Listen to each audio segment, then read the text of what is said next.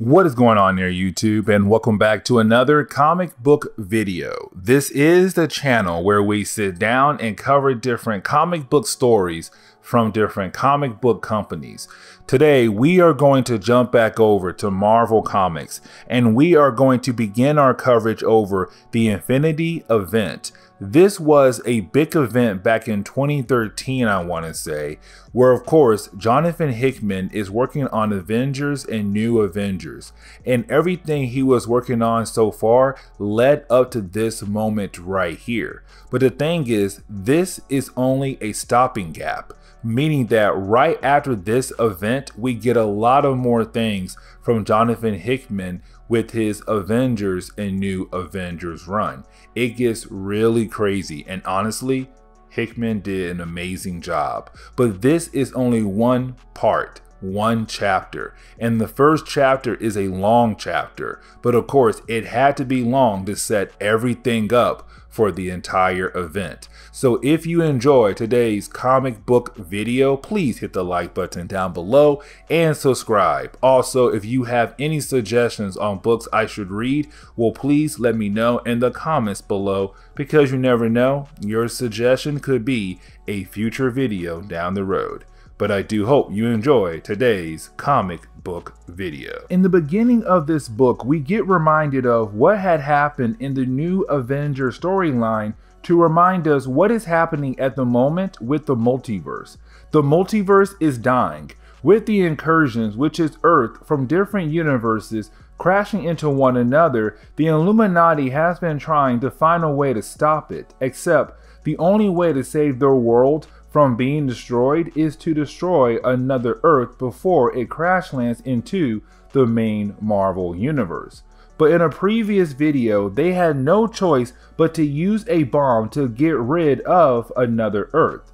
It was already a dead planet for the most part, but of course it is something that will weigh on their minds for a long period of time down the road. We then pick up on the moon of Saturn, which is known as Titan, where we see a creature known as Outrider is meeting with his master. Of course, that master is Corvus Glaive, one of the members of the Black Order. The reason why they are meeting is because he just came back from a world saying there could be something the true leader of this group actually wants on that planet the Outrider had just left. But apparently he sends the Outrider back out because the true leader of the group is still not pleased completely, meaning that whatever the Black Order is looking for could be on a different planet. So the Outrider leaves again to go to a different world to be looking for something for the true leader of the Black Order. We then jump to the planet Ahil Agulo, where we see Corvus Glaive meeting with this planet leader. Now this is the planet that the Outrider had came from before meeting with Corvus Glaive. Now Corvus Glaive is asking them a question: where in the world is their best warrior? Of course, the leader says he has no idea, but Corvus Glaive says he knows where their best warrior is at. Of course, that is the moment he explains that the warrior has been killed by him, and he was so easy to kill. To show proof of killing this great warrior, well, that is the moment he shows the leader of the world the warrior's weapon, so they can know he was speaking the truth here. Now, the leader of the planet wants to know what Corvus Glaive wants so that he won't wreak havoc completely across the entire planet. Well, that is the moment Corvus Glaive says he wants a tribute. And of course, he says it with an evil smile. Now we see Corvus Glaive actually take the tribute back over to the true leader of the Order, where of course some of the minions are carrying the case, and when they open it, well, we come to find out who is the true leader of the group, and that is Thanos himself. On top of that, we come to find out what the tribute is, and of course it is a set of heads of people that came from that planet. When Thanos sees the tribute, well, of course he is excited. And then we move on. Getting back to the Outrider that was sent by Corvus Glaive has arrived on Earth, and with him being there, well, he begins the process of going around to different spots in the superhero community. showing us that he is gathering information from their minds, but no one can see the creature because he is able to cloak his appearance from everyone. But of course, we know all of this information that is gathering is for Thanos for some strange reason. What is that reason though? Well, we have to keep moving on to find out why it is here for. Now we jump over to the planet Gladiador. Now we actually saw this planet in our prelude to Affinity. And remember that this planet was shown to us by Captain Universe because she was showing what is coming to Earth down the road. She brought Manifold here to warn the Avengers about this situation. Now what is happening on this planet is that right now the builders are getting rid of this planet. Remember, the builders were the first race in the universe who used to praise Captain Universe as a god.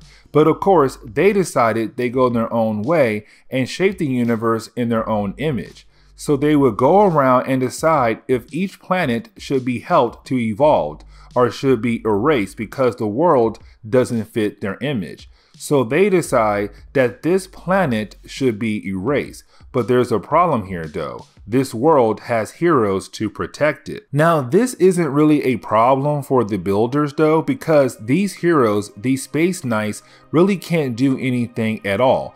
Even though they are trying to fight against the forces of the builders and say all of the lies they can save, at the end of the day, it doesn't even matter because the builders have something else up their sleeve, and that is a weapon that can wipe out an entire planet in one single swoop. That is exactly what happens here. As soon as their weapon appears over the world, Captain Universe knows what is about to happen. The entire planet is vaporized in one single blast, including Captain Universe as well, it seems. But then we jump back to Earth, well really right outside of the planet, because we pick up with Abigail Brand.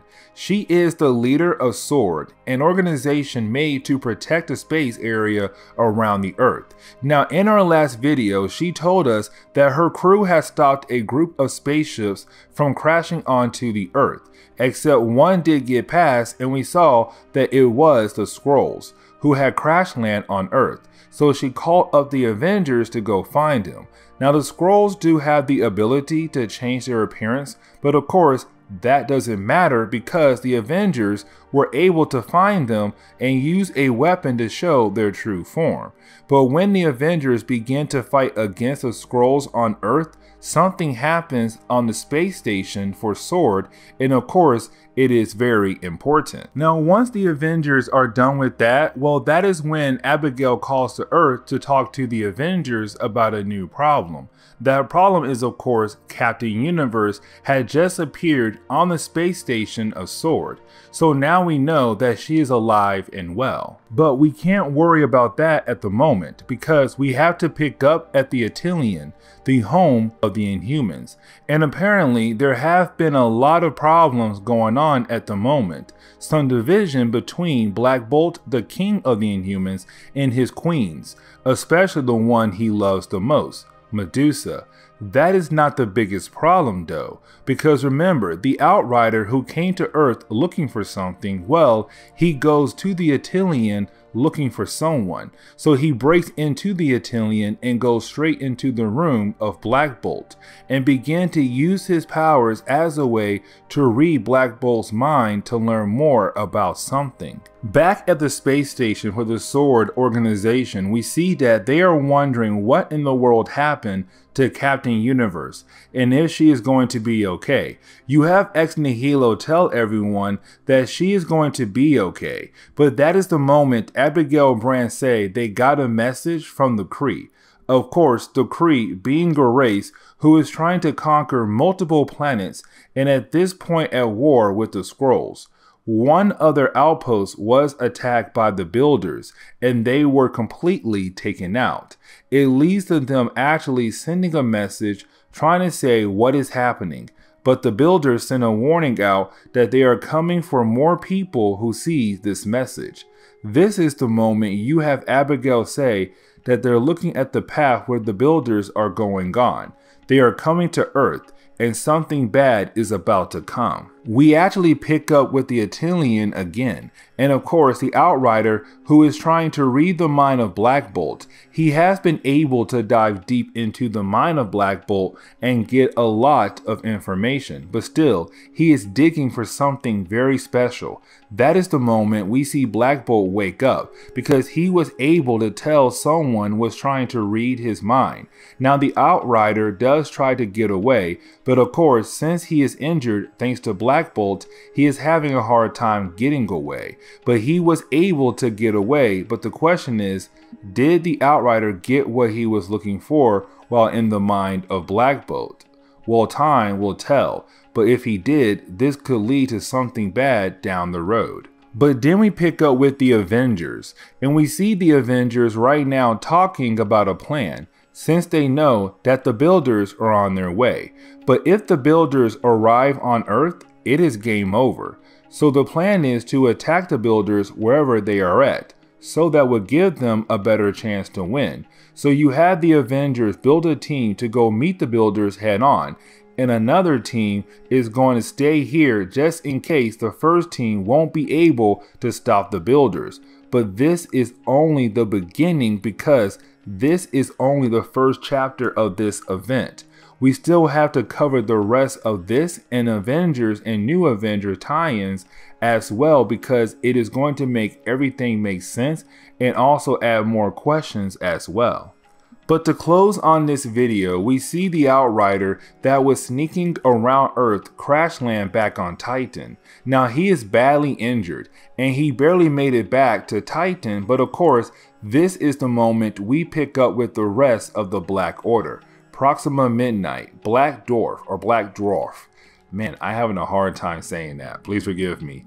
The Ebony Maw, and finally Supergiant. But he's not here to talk to them, but instead to talk to Thanos himself, to tell Thanos that he was able to find what he was looking for. We don't know what just yet, but of course, Thanos is happy, because even the Earth has been a challenge for Thanos in the past. But most of the Avengers are gone to fight against the Builders, meaning that right now the Earth is an easy spot to attack for the Black Order and Thanos. And this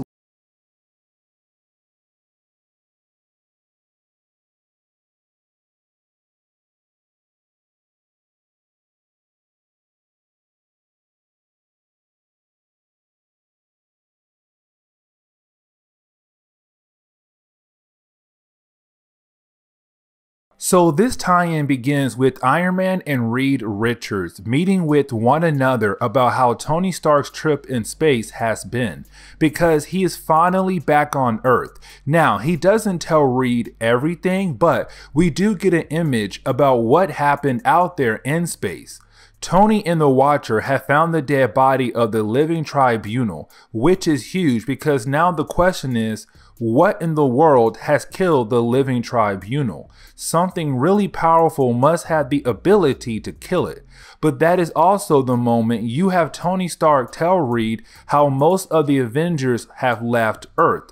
Of course, in the main Infinity series, the Avengers are trying to take the fight to the Builders. The Builders were the first race in the universe, and they used to praise Captain Universe like a god. But over time, they decided to shape the universe in their own image. So the Builders are wreaking havoc across the universe by killing planets they don't see fit in their image. On the Attilan, we pick up with Black Bolt and his evil brother Maximus.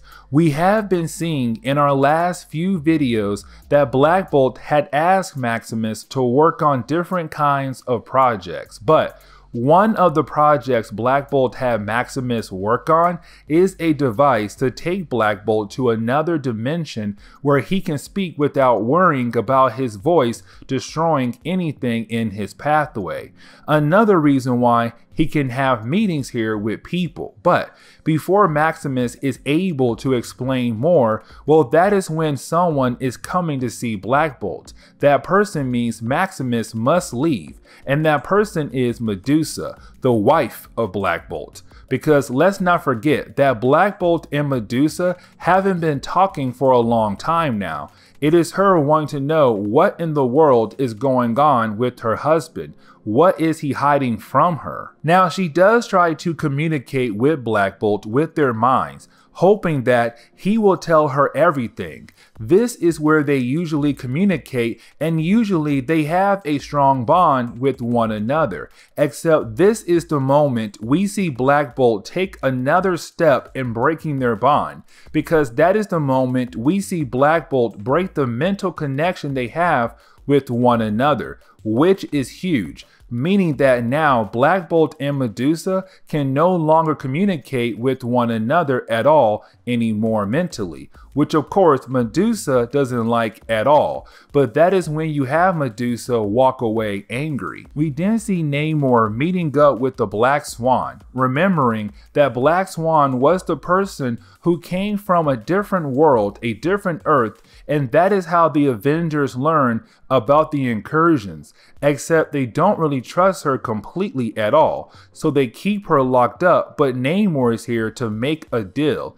If she is interested, well, they could possibly work together down the road. But then we see a meeting between Namor and Black Panther. Now remember, in one of our last videos, we had learned that Atlantis and Wakanda have been at war with one another. Namor offered peace to Wakanda because he was so confident that he would be able to actually defeat Wakanda if the war continued on. Now Namor told Black Panther to talk to Shuri, the sister of Black Panther, because she was the one in charge of Wakanda at this point in Marvel Comics. Now Black Panther did, but Shuri still wanted war with Atlantis to get revenge with what happened back in Avengers vs. X-Men. Namor flooded Wakanda, but Black Panther did talk to Shuri, but she was not having it. She still felt like war was needed. And so Namor is here at this meeting thinking that Black Panther is going to say there is going to be peace, but to only tell Namor that Wakanda had attacked Atlantis. Namor should hurry to go see his people to make sure everyone is okay. But it could be a complete mess down there now. But this is where things begin to get worse, because back with Iron Man and Reed, who have arrived at Avengers Tower, well, that is the moment we see they have someone working on something for them. We don't know who, but that is the moment we see that Iron Man had built an alarm system that is tied into S.W.O.R.D. computer system. S.W.O.R.D. is like S.H.I.E.L.D., but protects the space area around Earth. But the alarm is going off because there is an invasion coming to Earth. This invasion is not the Builders, no, this is Thanos, because remember, Thanos is looking for someone or something, so he is coming to Earth. Of course, Thanos did not come alone. Instead, he came with the Black Order, a powerful group of warriors who work under Thanos. So for example, Ebony Maw is arriving at the home of Doctor Strange and could lead into a battle between these two characters down the road. The Black Dwarf is arriving in Wakanda, which means Black Panther and his sister must work together to protect their home from this member of the Black Order, and he is going to be a real challenge for the heroes. The X-Men team that is being led by Wolverine at the time will be fighting against Corvus Glaive, and we saw how powerful he was back in Infinity #1, but of course he is going to show the X-Men how powerful he is. And finally, Proximus Midnight has arrived at Atlantis, and of course is planning on attacking them. Except let's not forget, Wakanda already had Atlantis attacked not too long ago. So now with Proximus Midnight being here, it could lead to more death for Atlantis down the road. Now to get into New Avengers number 18, we pick up on the planet Nomad. This world doesn't belong to any particular race nor empire at all. This is neutral ground, and the different empires in the universe come here to talk about different problems, except we know why they are coming here today, because the builders are attacking the universe, the builders being the first race in the universe. They used to praise Captain Universe as a god, but they move on to shaping the universe in their own image, so they are going around deciding which planet should be helped or destroyed. Builders had attacked one of the Kree outposts. While everyone is coming together, well, that is the moment you have the Skrulls arrive, and with them being here is very important. 2 days ago, one of the warlords of the Skrull race got word that one of their own outposts had been destroyed too. Now at this point in Marvel Comics, the Skrull Empire was fractured into multiple groups, but with that outpost being destroyed, that had belonged to a particular warlord, he knows that he needs to work with the rest of the warlords to actually have a chance to defeat what is coming. And so you have all of the warlords coming together to talk to one another to think of a plan on how to stop their new enemy. And you have one of the warlords say he will take his group to slow down the builders, while the rest go and meet up with the other empires to talk about their new problem in the universe. The next day, we see that the warlord who is trying to slow down the builders, his group is actually fighting against the builders, maybe a small group of the builders. Now this group of the builders are wrecking this Skrull warlord, and it seems like there is nothing no one on the Skrull side can do. So with this group of the warlords losing this battle, well, we see the warlord use his secret weapon, which is a bomb that is strong enough to blow up an entire planet. Now, all of this was being watched on a computer screen, and this is a video that was sent to the rest of the warlords of the Skrull race, so that they can show the other empires what is coming down the road. The builders are a force that cannot be so easily stopped, and now the different empires must come together to stop the builders. And you have everyone here as a way to show how powerful the builders are and how everyone should be worried about them. Something to point out is that the heroes of Earth are also here as well, since we know the builders are heading towards the Earth. It is literally all hands on deck. Forget about your past problems with one another and work with each other to save the universe. This is showing how powerful the builders are compared to everyone else in the universe. If you have all of these different universe empires working together to stop just one group, that is showing that the builders are something to be feared of. Now you have the Skrulls show the footage of what happened to the warlord who tried to take on a small group of the builders by himself. He lost, but he was able to use a planet bomb as a way to take out that group. But you have everyone realize that the leader was only able to kill that group of the builders because it was a surprise attack. What will happen with the builders when the builders are not surprised? It could be a complete loss of life for all of the different empires. But of course, that is the moment you have everyone realize how they can actually win this battle. The empires have something big up their sleeve that could actually help them win. So we jump 3 days later and we see that all of the empires is getting ready for an even bigger surprise attack, except this one is more planned out than the last one. Instead of just going after one group of the builders, why not try to attack their main fleet and just win the battle? And so that is what we have right here. Everyone is just waiting for the right moment to attack.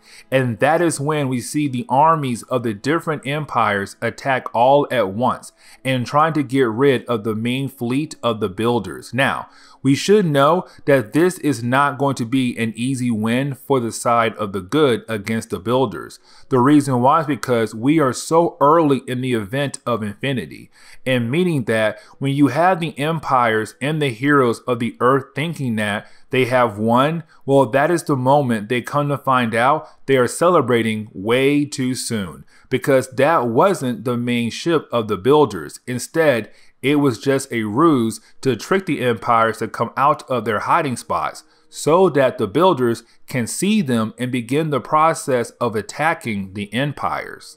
When the builders show their main ship and begin the process of just wreaking havoc on the armies of the different empires and heroes, that is when they realize how strong the builders are truly, and they know they need to run away. They need to escape right at this moment if they want to survive. So you have all of the empires trying to retreat, but also the heroes are going to use Manifold as a way to teleport most of the Earth heroes out of there, except some of the Earth heroes were unable to escape because they were badly beaten by the main ship of the builders. This is just an example how powerful the builders truly are. Now, getting back over to New Avengers with New Avengers number 9, we actually pick up with Thanos a few moments before his invasion on Earth. Of course, we know by this point that he has formed the Black Order and they are going to attack the Earth.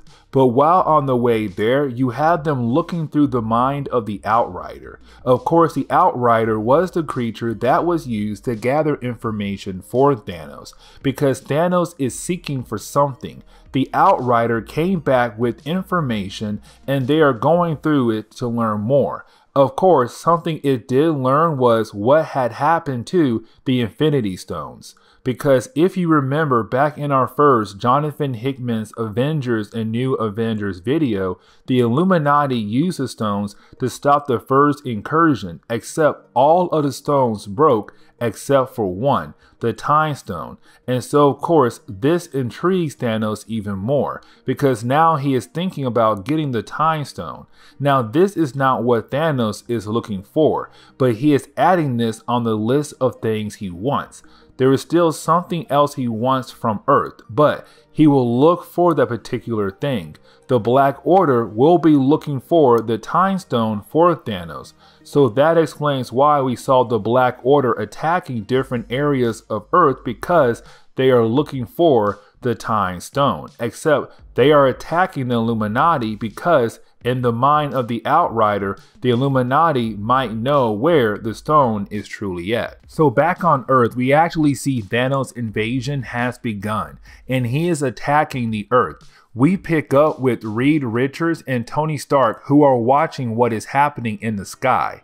Now, there isn't a particular Black Order member here at the moment attacking the Avengers Tower. It is actually just a bunch of ships attacking the city. But this is us learning that Tony had weaponized the Avengers Tower to be used as a way to protect the city from anything. So of course, it fits the bill right now with the Earth being attacked by Thanos. So you have them trying to fight back, but this is really Tony also trying to buy time for the other members that are left on Earth to protect it. Because remember, most of the Avengers are gone at this point, trying to fight against the Builders out in space with some other galactic empires. So the Earth is really easy picking for Thanos in the Black Order, except the Illuminati have no idea who is doing the invasion. All they know is that they are being attacked by someone and they need to save the Earth. But skip over to Wakanda, we see the Black Panther and his sister working together to actually stop the invasion force in their area. Now this group is being led by the Black Dwarf, and so Black Panther must take on a member of the Black Order by himself. Well, he has his sister and the Wakanda force to help him, but again, if this character, the Black Dwarf, was chosen by Thanos, then that must mean he is a very powerful character. So this could be an actual challenge for the Black Panther, since in reality, he is just a great fighter and some weapons to use. He has no powers that can really help him win this battle. But of course, he has the courage to take this battle head on to save his nation. Now we jump to Atlantis, of course the home to Namor and also another member of the Illuminati. Now let's not forget that right now Namor is mourning, because by this point in Marvel Comics, Atlantis and Wakanda were at war. Namor asked for peace, but more in a way of saying that he believed his nation could conquer Wakanda. Of course, Wakanda did not take the peace treaty and attacked Atlantis while Namor was away and of course left it wrecked. Except Atlantis is being visited by another member of the Black Order, Proximus Midnight. Now remember, the Black Order is only attacking areas that the Illuminati is at, looking for the Time Stone. Except when she arrives, Namor is mourning and he's a broken man. So she actually shows him mercy, but didn't ask if he can tell her where she can find the Time Stone, which this is going to lead into more problems for the Avengers and the Illuminati down the road, really. But we pick up at the home of Doctor Strange, and let's remember, the last time we saw him, Ebony Maw was on his way to see Doctor Strange, and now we know why, because he is looking for the Time Stone. Except when we pick up with Doctor Strange, well, we see him right now under the control of Ebony Maw, who is trying to read his mind to hopefully learn more information about where the stone could possibly be at. Except Strange really has no idea where in the world the stone could be yet. But we see that Strange can't do anything at all to the Ebony Maw. He is completely stuck in the grasp of Ebony Maw. And it seems like once the Maw is able to get what he wants, or if he doesn't, well, the Ebony Maw is going to most likely kill Doctor Strange right after. Now the X-Men, they must deal with the rest of the Black Order, Corvus Glaive and Supergiant. Supergiant has the ability to take control of the mind of people, and the one person she takes over is Iceman, because Iceman is an Omega level mutant. He is powerful, and there is no idea where the power cap is to his powers. Either way, once she does that, she forces him to use his powers to freeze a lot of the X-Men around him, to get rid of some of the powerhouses on the team. Wolverine gets taken out by Corvus Glaive, but this is again showing how powerful the Black Order truly is, because there is nothing the X-Men can do, and the X-Men are home to some of the most powerful characters in Marvel Comics. So it is hard to say the X-Men are getting their butt handed to them, but again, the Black Order was chosen by Thanos for a reason, because of how strong these guys are. The X-Men can only hope to find some kind of miracle that will help them save the day. Now there is some hope though, because we jump back to Black Panther, who was able to defeat the Black Dwarf, meaning that it is possible to defeat someone from the Black Order, but apparently it was close. Except this small celebration that Black Panther and Wakanda can have is about to be taken away in a matter of seconds, and the reason why is because what Namor is going to do will cause problems for everyone there. The reason why I say Namor is because when we jump back over to Atlantis, well, we see that he is going to accept the mercy of Proximus Midnight and do whatever she wants, which right now, the only thing she wants to know is where can she find the Time Stone at? Of course, this dude tells her that the Time Stone is actually in Wakanda, and of course, she's now going to go there and see. And when she does, man, it is going to be a crazy thing to see. But we finally pick up with the final member of the Illuminati. Of course, that would be Black Bolt, who hasn't seen not one member of the Black Order yet. So he is just chilling on the sideline really, except he is with his evil brother Maximus, who tells Black Panther it is time to tell everyone why in the world Thanos is truly here for. The Time Stone is just a bonus prize. There is something else Thanos wants. Apparently Maximus knows that if this secret comes out, it is going to be another problem added on for the Illuminati and the Avengers down the road. But that special thing will have to be revealed in another video, because this is where we are going to end today's comic book video, leaving us wondering what in the world Thanos wants. But with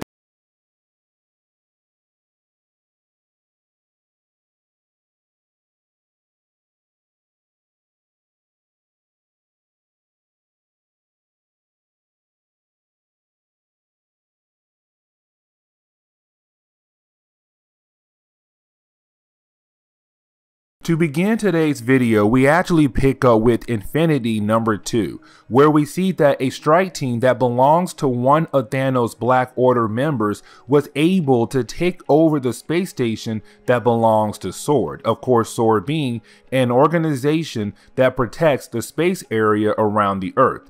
Either way, we see that this strike team is stopped by Abigail Brand and some of her agents. Of course, Abigail Brand is the one who controls the SWORD organization.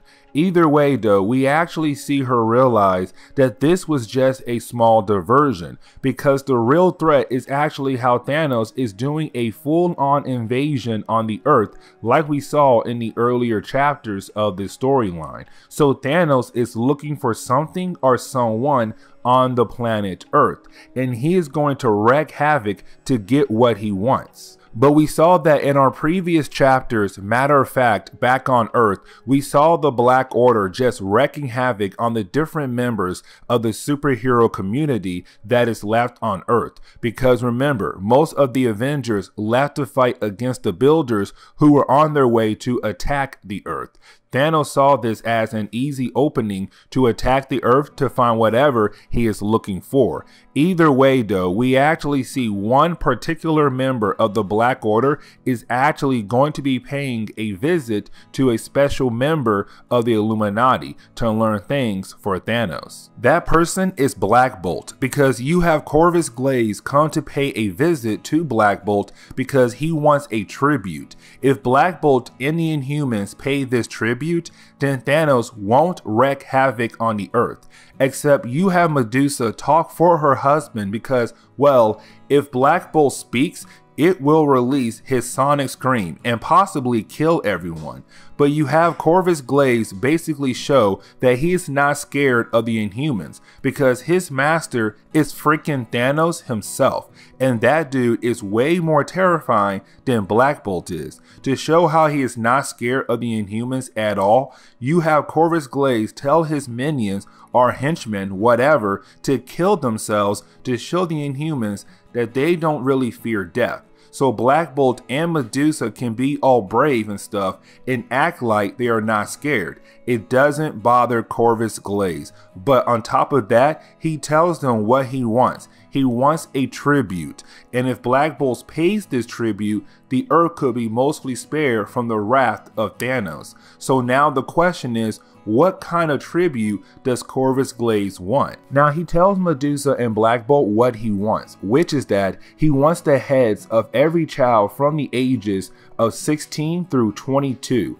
Now this should give you an idea on what he wants or what he is trying to achieve here. Of course, the Inhumans are not happy about hearing this and of course want to decline this deal. But of course, this is just Corvus Glaive telling them what he wants, or what Thanos wants, sorry. This is only a warning. Pay the tribute and you don't have to deal with Thanos coming back here and causing more problems for you all. He then tells the Inhumans that they only have one day to decide what they are going to do. But getting over to the Avengers, who we now know who left the Earth to go fight against the Builders as a way to hopefully stop them from reaching the Earth. Now the last time we saw the Avengers, they had tried to do a surprise attack on the Builders, only to find out that plan was a bad one, because when the Builders actually show up with their full strength, they took out most of the Avengers and the other galactic empires out in the universe with them.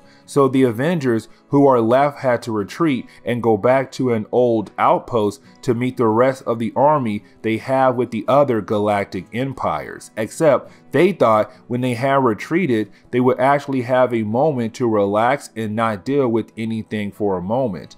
Only to find out that 4 builder ships are about to blow up this outpost, and of course means the Builders want to get rid of the Avengers before they can do anything else. But for Gladiator, he gets up and says that he is going to make a stand and make sure that there is no way the Builders are going to be able to win this battle here at this outpost. Now with the Avengers and some of the forces of the other galactic empires, they were able to fight against these 4 ships that belong to the Builders. Now on these ships, there weren't any kind of builders. Instead, it was a bunch of Alepps, robots that were made by the builders. So they are not even fighting against the forces of builders themselves, just the robots. So when the Avengers in the forces of the other galactic empires thinking that they have won, well, that is the moment you have Ex Nihilo point out something.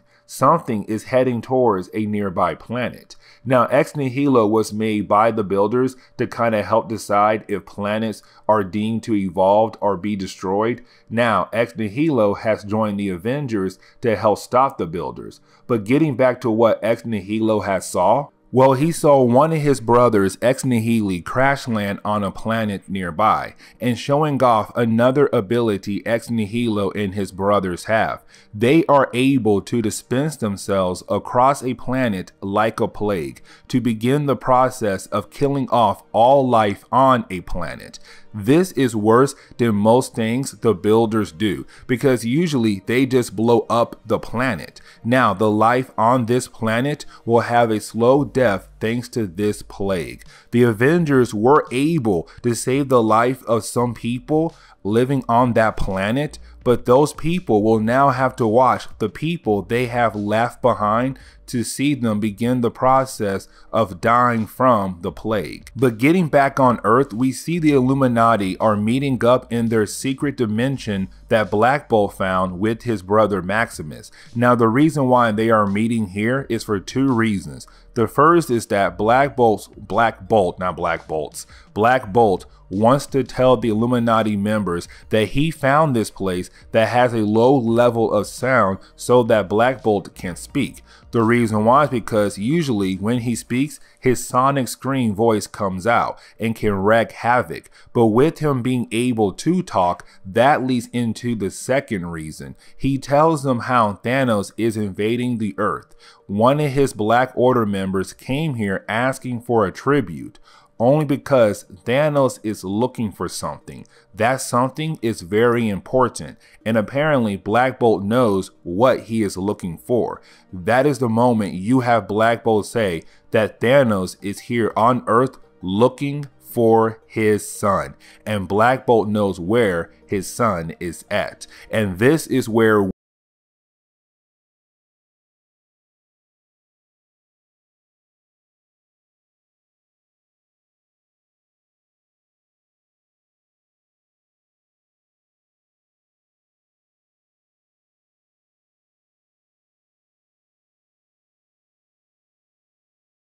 Okay, so getting back into the lovely storyline known as Infinity, we actually pick up with Black Bolt right where we left off in our last video, where we learn why in the world Thanos is invading the Earth for, because Black Bolt said Thanos is here looking for his son and here to kill him.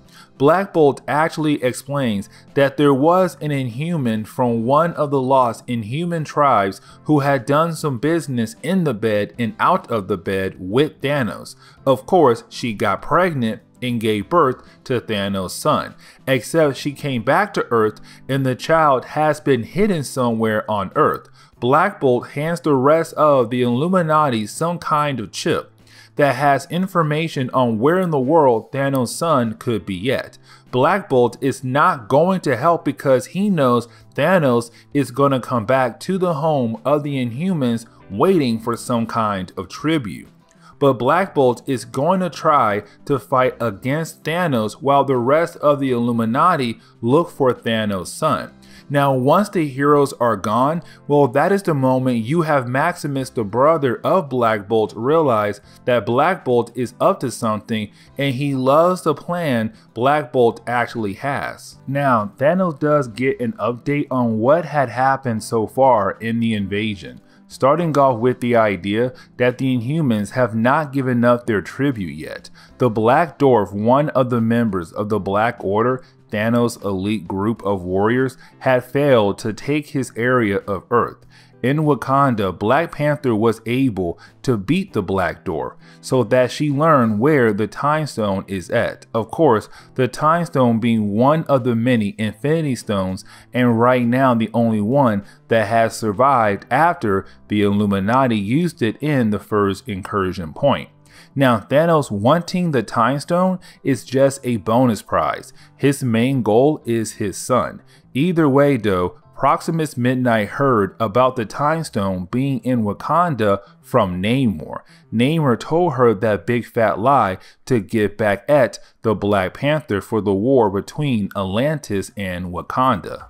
Speaking of Namor and Black Panther, we see them having a meeting with the rest of the Illuminati, minus Black Bolt since he is not around at the moment, where you have Iron Man wondering what they are doing is right. Should they be handling this problem? Because this is an inhuman problem. They have bigger problems to deal with, like the incursions. Of course, you have everyone talk sense into Iron Man because they need to stop this before Thanos could do more harm. Now we can see there is some tension between Black Bolt and Namor since their two nations were at war with one another. But Namor plays it cool because he knows what is coming for Wakanda down the road. But either way, you have each member of the Illuminati go to a certain location where a tribe of Inhumans could be at, in hoping to find the son of Thanos to figure out what to do with him.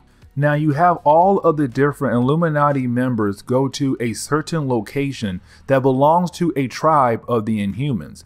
Of course, most of them are unable to find what they are looking for, except that is the moment Doctor Strange goes to a location and he is able to find the son of Thanos. Now with the son of Thanos coming from a mother who was an Inhuman, for his powers to activate like his mother, he has to go through the Terrigen Mist process. Inhumans are born with their inhuman DNA, but to activate it, they have to get hit with the Terrigen Mist. So far, Thanos' son has not gone through that process. Now you would think that it is great that Doctor Strange was able to find the son of Thanos, but there is something we forgot about. Of course, it is one of the members of the Black Order that was sent by Thanos to fight against Doctor Strange in one of our earlier videos. But we never learn what in the world had actually happened to that battle between the two of them. The only thing we know was that Ebony Maw was going through the mind of Doctor Strange, trying to learn more information about Doctor Strange. That was the last time we saw him. Well, we come to find out that Ebony Maw has been in the body of Doctor Strange this whole time, kind of controlling him, letting Doctor Strange go on with his daily life so he can learn what he needs to know. Of course, with him kind of body riding Doctor Strange, he was able to learn the location on where Thanos' son is at, and that is not good at all. But you have Ebony Maw send Doctor Strange away and to forget about this moment. But that is the moment you have Doctor Strange say something more important had popped up. And Ebony Maw doesn't care, because when Doctor Strange says an incursion is coming, Ebony Maw says what Doctor Strange is saying is rubbish. Not true, because for Ebony Maw to see an incursion, they have to be at an incursion point, and they are not.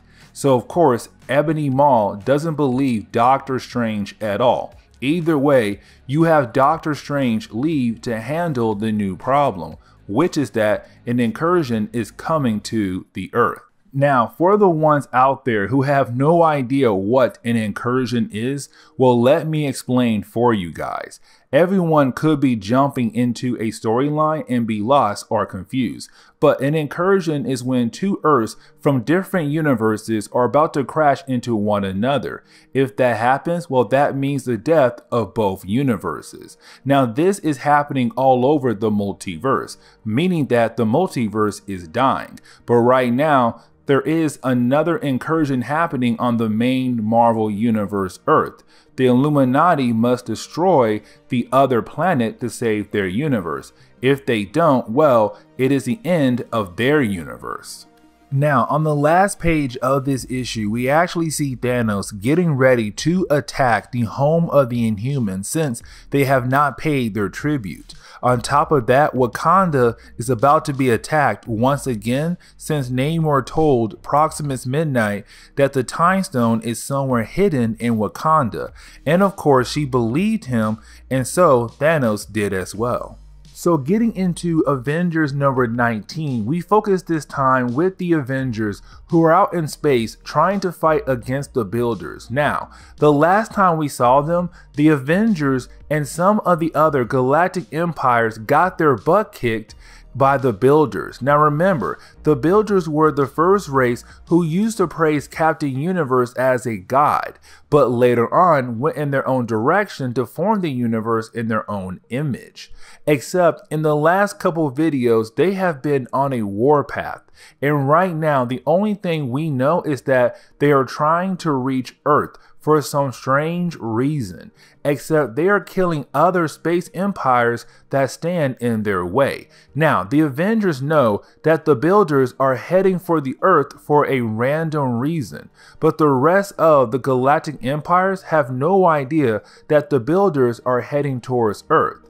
Now, after the last battle, most people in the Alliance were able to retreat, except a small group of Avengers were captured: Hawkeye, Captain Marvel, Cannonball, and Sunspot.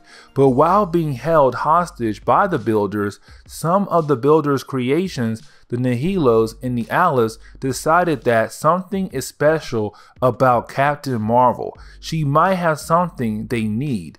Just like Thanos, they want to know something.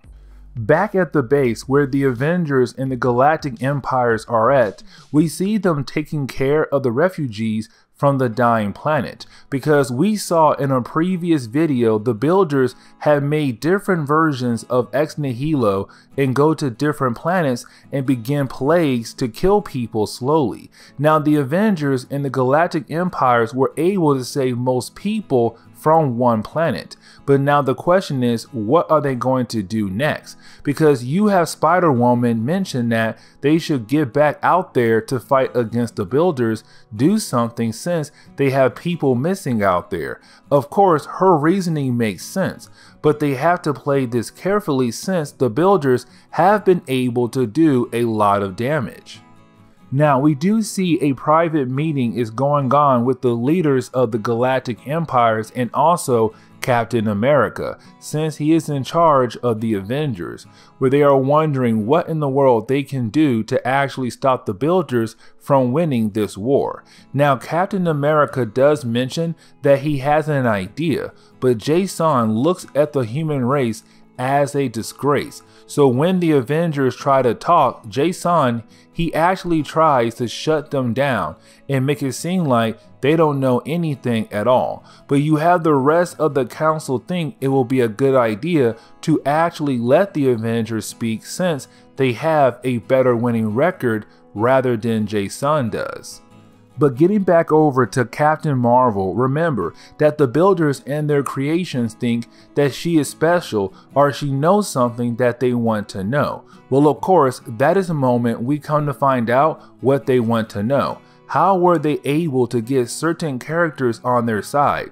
Speaking of Starbrand, Nightmask, Abyss, and also Captain Universe. Abyss was created by the Builders, so why did she join the Avengers? Captain Universe used to be something the Builders used to pray to a god, and then they changed their ways.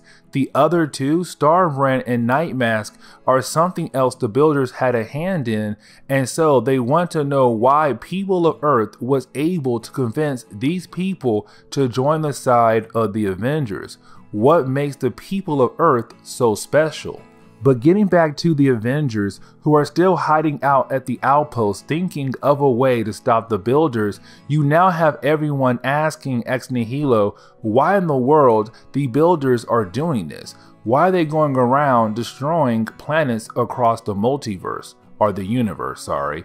But that is the moment you have the council realize where the builders are heading to. Their end goal is Earth. Now the Avengers knew the builders were trying to reach Earth for some strange reason, but the council had no idea that was the builders' goal. Everything that is standing in the way between the builders and Earth is being wiped out just to reach Earth for some strange reason. So now everyone knows why the Avengers are here, to save their planet. Now you have Jason actually walk away because he's about to do one of the dumbest things you can do in this event and make things worse for everyone who is trying to stop the builders from winning. See, there is a robot or something that was captured by the builders, where Jason is able to connect to it and of course give him the ability to talk to the builders in hoping to make a deal. Because Jason knows what the builders want, which is Earth, and he is talking about helping them to achieve that goal. Except you have the builders tell Jason that they don't need his help, because to them, to the builders, were the ones who made the universe what it is, meaning that they look at everyone around them as peasants. So they tell Jason that they don't need his help, but they thank him for one simple thing, which is that with Jason calling them, well, the builders were able to use that to locate where the Avengers and the rest of the Galactic Council is hiding at, and now the builders have the chance to actually kill everyone in a single swoop if they wanted to. So getting back to the base of the Avengers in space and the Galactic Council, well, they are talking about the idea they have made as a way to defeat the builders. They are thinking that they have a way to win, except that is the moment you have Jason appear and tell them everything is going to fall apart. That is the moment you have the builders actually attack the base they were using, and of course shows that everything is about to get worse for our heroes. And this is where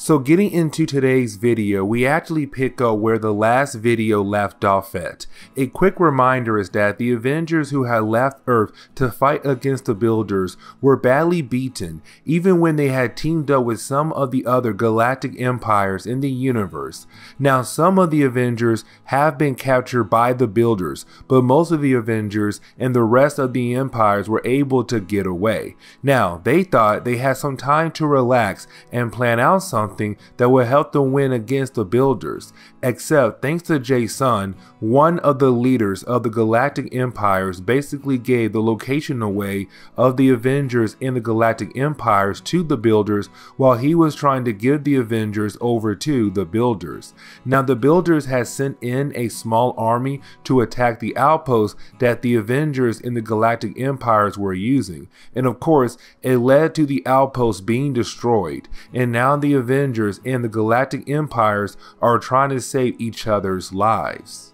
Now to make things worse for the heroes, the builders has shown what they have done to the Avengers and the galactic empires to the other worlds, to basically say that there is nowhere for these other planets to hide, there is nothing they can do, that the only thing they can do is stand down and let the builders take over the planet. So now any kind of support the Avengers and the galactic empires could get is gone, thanks to the builders showing how powerful they are to the other planets. Now one of these worlds is the Kree, meaning that Kree had decided to give up and no longer help the Avengers and the rest of the galactic empires fight against the builders. This even means that Ronan the Accuser is also being called back since he is a Kree and the Kree had just stood down. So now it is leaving everyone wondering what will the Avengers and the galactic empires do now since they have just lost one of their biggest support members. But with that being said, now the question is, what are they going to do now when it comes to stopping the builders if they are losing support left and right? Except that is the moment you have Captain America tell everyone in the room that he may have a plan that could actually help them do some damage to the builders, also possibly getting back the ones that have been taken hostage by the builders. So the big question we have now, what in the world does Captain America have up his amazing sleeve? We can tell it is something special because Thor is really happy about it himself. But getting over to the builders, we see that they are happy with what they are doing to the worlds in the universe. Except that is the moment you have the builders find out that the Avengers in the Galactic Council are attacking them with some of their ships. But of course, something is strange. Now, of course, this makes the builders want to attack the Avengers in the Galactic Empire ships, which means their full attention is now focusing on that, which of course is something Captain America wanted the builders to do. There is a good reason why, because again, Captain America has something up his sleeve. You have Bruce Banner sneaking into one of the world killer ships that the builders have made. Of course, this is something that is really important to the builders because of course it has the ability to wipe out planets. So now it is in the hands of the Avengers, but they are able to grab 2 of them. So now the Avengers are using the builders' weapons against them, and that is something very huge for our heroes. With them now losing this small battle, you do have the builders teleport away, but of course this is something they don't like, which is losing. So we know that sooner or later they are going to come back stronger than ever to get what they want, which is to wipe out the Avengers and continue on their path to Earth, since they want to wipe the Earth out and stuff. Now Manifold, who has the ability to teleport, was able to break free the Avengers who were being held hostage by the builders. Now, this is huge because this is the moment you see most of the Avengers wanting to leave except Black Widow. The reason why is because Black Widow realized that when it comes to Starbrand, he has the powers to actually do some damage to the builders. He hasn't been able to tap completely into his powers, but with a little bit of motivation from Black Widow, he was able to tap into more of his powers, which of course means that now the Avengers have something powerful on their side that could actually do some damage to the builders and give them the edge to hopefully win this war. So now everything is falling in the hands of the Avengers, and now they could possibly win the war for once and for all. Except there's another problem going on. It is going on Earth. Because back on Earth, Thanos had decided to invade the Earth while the Avengers are gone. The reason why is because Thanos is looking for his son. We find that out in our last Infinity video. Now the Illuminati was looking for the son of Thanos, but of course they had stopped because an incursion has started. Remember, an incursion means that 2 Earths from different universes are about to crash into one another, and if they do, both of those universes get wiped out of existence. But we can't focus on that because we have to focus on Thanos at the moment, because Thanos is about to get into a big battle with one particular member of the Illuminati. Let's not forget, Black Bolt knew where the son of Thanos was hiding because the son of Thanos is actually half inhuman, and he has been hiding in one of the inhuman societies on Earth. Thanos has sent Corvus Glaive to ask Black Bolt for a tribute, the heads of a specific age group of children.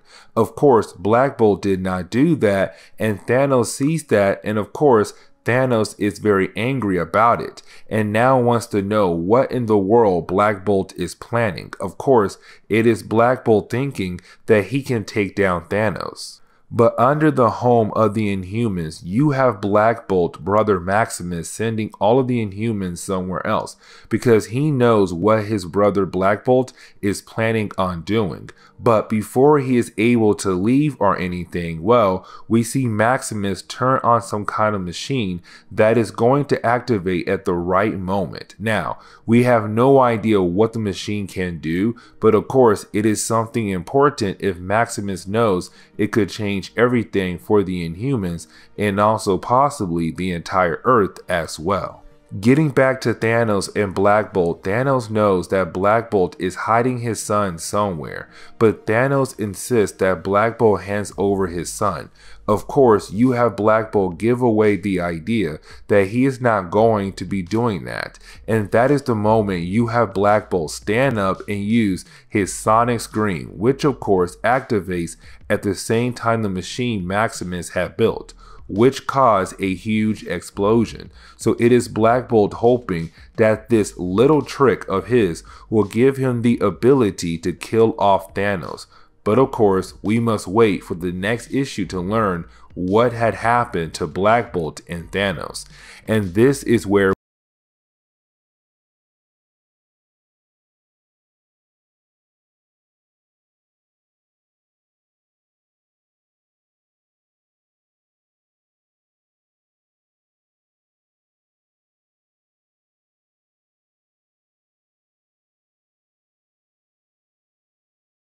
So the opening of this book kind of starts off with reminding us what had happened in the last video, where the Avengers in the Galactic Empires were able to take over some of the Builders' World Killer ships and then use them against the Builders. Now, while they were doing that, they were also able to save some of the Avengers that were taken hostage by the Builders. The reason why we are getting this flashback because there was a conversation that we had missed, and that conversation that we did not get the chance to see in our last video. The reason why I say that is because we pick up with Black Widow helping some of the members who were being held in stasis by the Builders. One of those people was Abyss, the sister of Ex Nihilo. Ex Nihilo is classified as a gardener for the Builders, but he had left the Builders to join the Avengers. There are other Ex Nihilos out there, and matter of fact, one of them appears. This would be Ex Nihili, a female version of a gardener. We actually saw her in our previous video, and she turned herself into a plague to kill an entire planet. But we thought she died, but came to find out, she was alive. On top of that, when the Avengers who are being saved in Abyss watch Ex Nihili actually leave, and she tells Abyss to find her and the others, leaving us wondering who the others are. But we then jump into the present day, where you have the Avengers and the Galactic Empires plotting on what they should do next. Now, most of the groups want to go ahead and kill off the Builders, follow them and finish the job. They are confident that they are able to actually win this, except you do have some of the members of this group point out that they got lucky. But on top of that, their army has been cut down in size. Remember, in our last video, some of the planets in the universe had simply given up because they are so scared of the Builders. On top of that, the Skrulls had given up, and that was a huge loss for the Avengers and the Galactic Empires, wondering what in the world they can do now.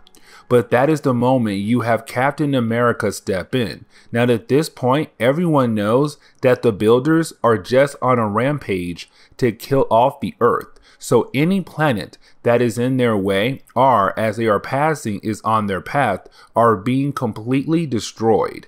Either way, that is the moment you have Captain America say it is about time that him and the Builders have a little chat. And this chat is going to lead into a surprising moment. But on top of that, it is going to help the Avengers find a way to win this battle. But we actually jump over to the Kree world, and the reason why is because in an earlier video we saw them give up. They had to kneel on one knee to the builders and basically say that they are going to surrender to the builders and not stand in their way. But you do have Ronan the Accuser, who is one of the Kree's best warriors, actually ask the builder of the world why she or he is still there for. And you have this builder basically say that he knows that this world is there to keep. It belongs to the builders. And you have the super intelligent explain to Ronan that no matter what, the builders are going to win. It has calculated every single thing that could play a part in what if the Avengers and the Galactic Empires tried to do something to get the home world of the Kree back. Of course, that is the moment you have the builders see something coming from the sky. Of course, it is a little device that was sent by the Avengers and the other Galactic Empires telling the builders that is on the Kree world that it is time to make a deal. So this could mean that possibly the Avengers may be plotting to give up and let the builders win. But before we are able to actually learn what the deal could possibly be, we actually see Ex Nihilo in Abyss going to find the other gardeners. Remember that Ex Nihilo told Abyss to find them all, and of course that is when they do. But the reason why the other gardeners asked Ex Nihilo to come here with Abyss is because they want to know why Ex Nihilo's Abyss is still alive. She should be dead. Because the other gardeners tell Ex Nihilo that all of their Abyss had died. Once they had died, all gardeners were called back to the home world of the builders. That is the moment the builders told all the gardeners to stop helping worlds to evolve. That was the original purpose of the gardeners, but the builders told them to stop that 1,000 years ago. But Ex Nihilo had no idea about this new rule. He's been out there for 1,000 years and never learned about this new rule. The question is why? But this is the moment you have all of the gardeners decide to join Ex Nihilo to stop the builders and hopefully save the day from the builders. But getting back to the Avengers and the Galactic Empires who have made a deal with the builders, now apparently the builders told the Avengers that they will send someone to work on a peace treaty. We know that the builders are plotting to do something else to the Avengers, most likely just take them all out. But for the Avengers, they're also plotting something else. What this plan is, well, we have no idea because they don't tell us here. What they do instead is just keep us intrigued to learn what could possibly happen down the road in a later video. But this is where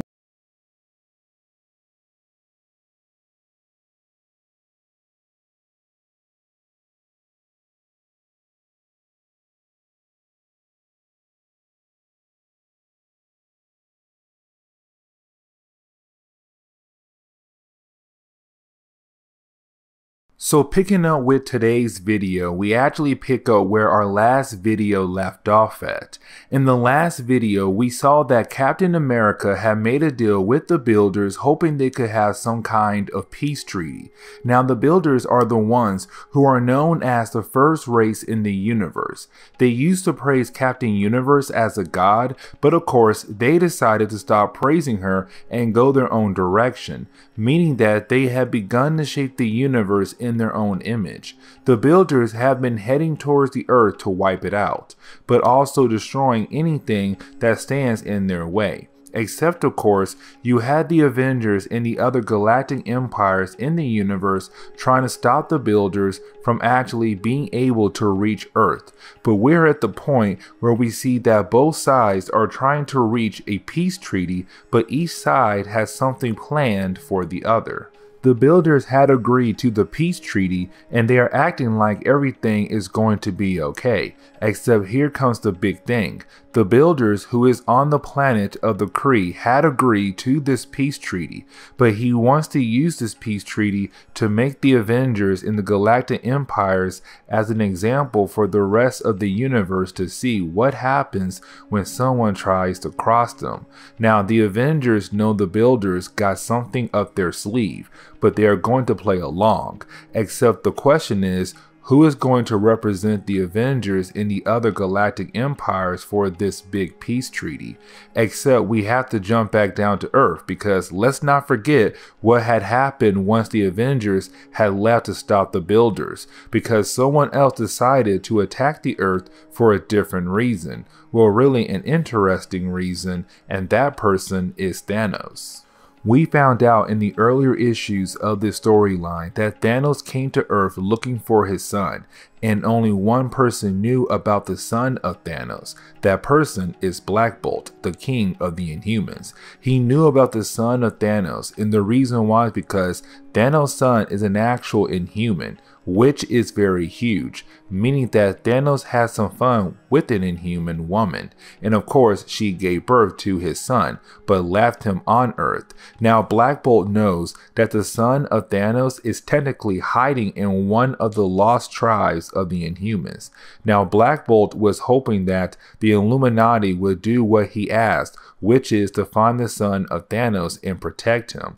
Now Doctor Strange was actually being controlled by one of the Black Order members that actually works for Thanos. While being controlled, Doctor Strange found the son of Thanos, but Doctor Strange was still in some kind of trance and left. The reason why he left is because the Illuminati got word that there was an incursion happening. Of course, an incursion is when two Earths from two different universes are about to crash into each other. Once they do, both universes will be destroyed. But picking back up with Thanos, we actually pick up where the last time we saw Thanos. Remember, Thanos went back to Black Bolt waiting for a tribute, but at the same time, Thanos knows that Black Bolt knows where he is hiding the son of Thanos. But when Thanos came back, Black Bolt used his sonic scream as a way to blow up the Attilan to hopefully kill Thanos. On top of that, Black Bolt had worked with his evil brother Maximus, where they had made some kind of bomb. This bomb was a Terrigen Mist bomb. Of course, the Terrigen Mist is what gives the Inhumans their powers. But with that bomb, the mist is going to travel all over the world and going to unlock so many unknown humans on Earth and their powers, just blowing up the population of the Inhumans to higher numbers. Either way, we pick up with Thanos and Black Bolt fighting against each other, because Black Bolt is not going to give up the location of Thanos' son. On top of that, this is one of the best battles in comics, only because this is Black Bolt thinking that he can take Thanos on with his sonic scream, where usually it can do damage. Now, how powerful it is usually depends on the writer of the story at the moment. So right now we see it is really powerful, but not strong enough to stop Thanos, meaning that Thanos can take all of the sonic scream in his face, but can't be stopped. You then have Thanos just slam Black Bolt into the ground, not killing him, but really injuring him, and of course means that Thanos wins this battle. Getting back to the son of Thanos, we see him right now still hiding in one of the lost tribes of the Inhumans, except we do learn his name. It is Thane. But let's not forget about the Terrigen Mist. The Terrigen Mist unlocks the Inhumans' powers, and with the son of Thanos, Thane being an Inhuman, meaning that with the Terrigen Mist hitting his body, he goes through the whole process that most Inhumans usually go through, meaning that his powers unlock. But with this story, we are left to believe that this man can go toe-to-toe with Thanos. Either way, we don't get the chance to see that at the moment, but we can see that Thane could be more powerful than his father thanks to him going through the Terrigen Mist. But then we get back to the peace treaty that is going on between the Avengers and the Builders that is holding the Kree world hostage. We get to see that the Avengers had sent Thor to be the one to talk to the Builders to make this peace treaty. Now we know Thor is an interesting choice when it comes to talking to someone about making a peace treaty. But as soon as Thor arrives, the builder began to use Thor as an example of what happens when someone tries to cross the builders. Now this is being watched all over the universe to make Thor and the Avengers be an example, to show that they are nothing compared to the builders, except this is something Captain America wanted the builders to do, and also hoping that they had some kind of audience for this meeting. The reason why is because yes, the builders did make Thor send his hammer away so that he is unharmed, and thinking that it will make him weak, but the hammer has been going around the sun and speeding back towards Thor, except the hammer is gaining a lot of speed and force while coming back to Thor. This builder, who is holding the planet of the Kree as a hostage planet, has no idea that the hammer is coming back. This leads into one of the biggest moments of the book, because that is the moment you have the hammer just come in and crash right through the chest of the builder. And since there was an audience on this planet, well, of course, meaning that hope is being rebuilt now on different planets that had lost hope because of how powerful the builders are. Seeing what Thor can do, meaning that the builders can be killed. They are not unkillable, and means that other planets plus the Kree could rejoin the Avengers and the galactic empires to take down the builders. And this is where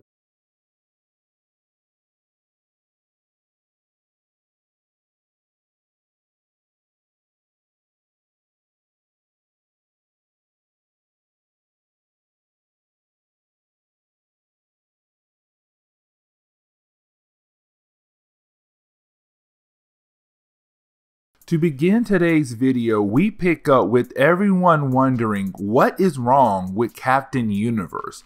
In one of our earlier videos, we watched the planet Galador watching the builders destroy their planet. But with her being on the planet, while it was being destroyed, she was heavily hit from the blast. But you have Ex Nihilo telling Captain America that they will need Captain Universe if they want to have any chance to actually defeat the builders. Of course, Captain America does have some doubts about Captain Universe being able to actually save the universe from being destroyed by the builders. Now we pick up on the planet Hala, and we pick up with the super intelligent of the Kree race. The super intelligent is one of the smartest beings in the universe, but in one of the earlier videos, it told us that the Avengers and the rest of the galactic empires had no chance of actually defeating the builders, except he recalls what had happened in our last video, when the Avengers had sent Thor to make the builders believe that they were going to give up. It was a ruse, and Thor showed the universe that the builders are something that can be destroyed, except we learned after the accusers, the top-notch soldiers of the Kree, wanted to rejoin the Avengers and the rest of the galactic empires to fight against the builders. Now, the Supreme Intelligent told the accusers that they should not go because it had concluded that no matter what they are going to do, they will fail. Except the accusers did not care. They smashed part of the Super Intelligent and left to rejoin the Avengers and the galactic empires to fight against the builders and save the universe.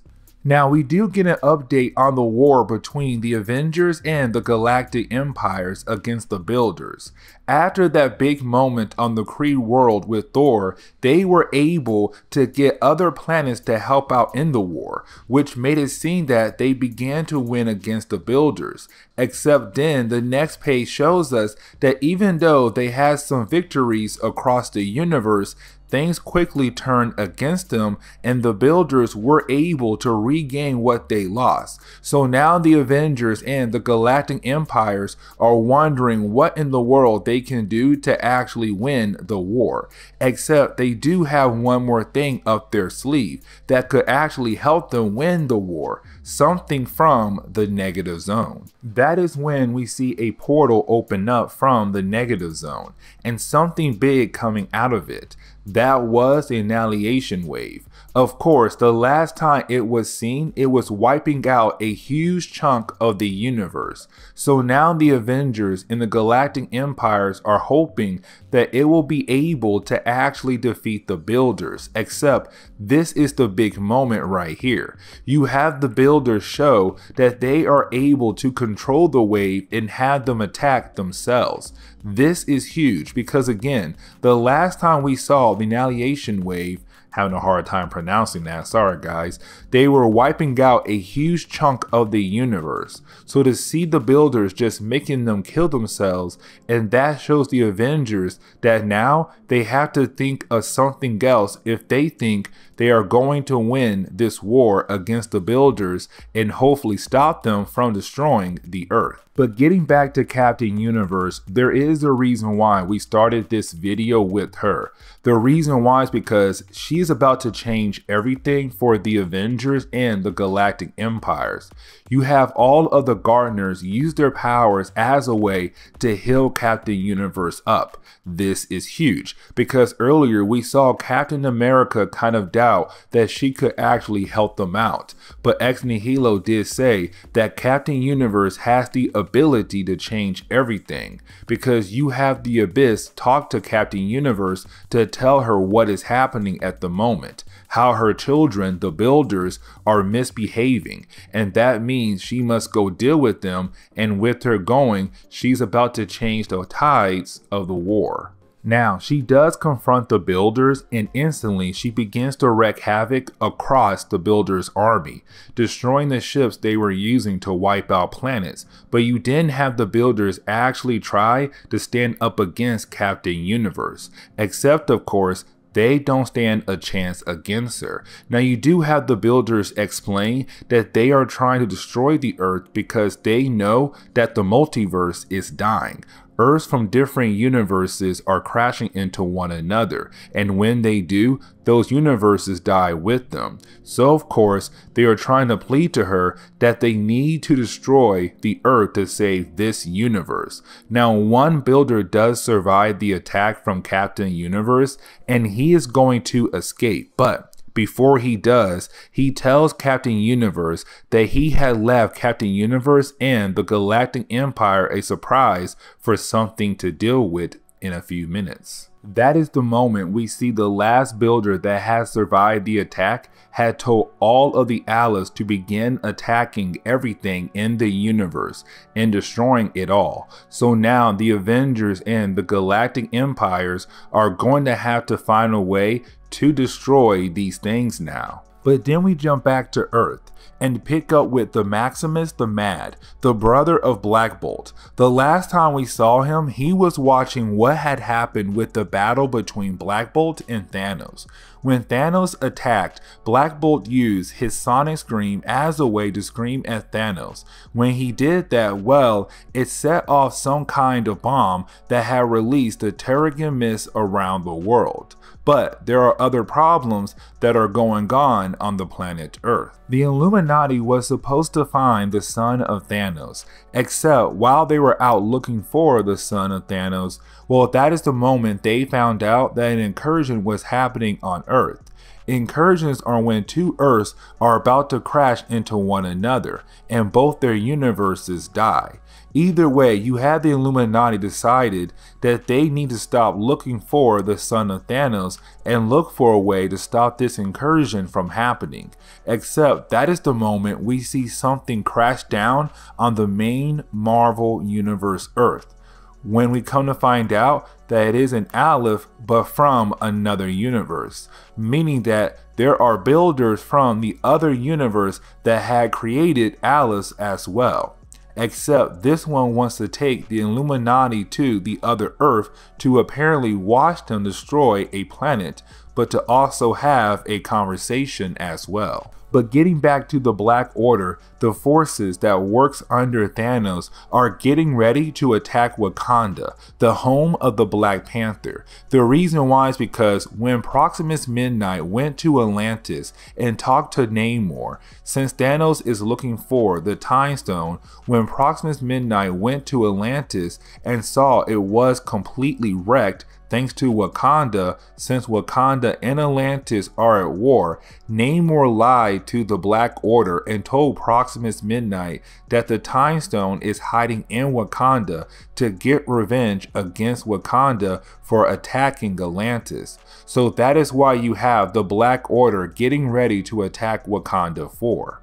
Now, you do have the Illuminati meeting up with the Builders from another universe. When they get there, well, they come to find out that there are gardeners just like the ones from the main Marvel universe there as well.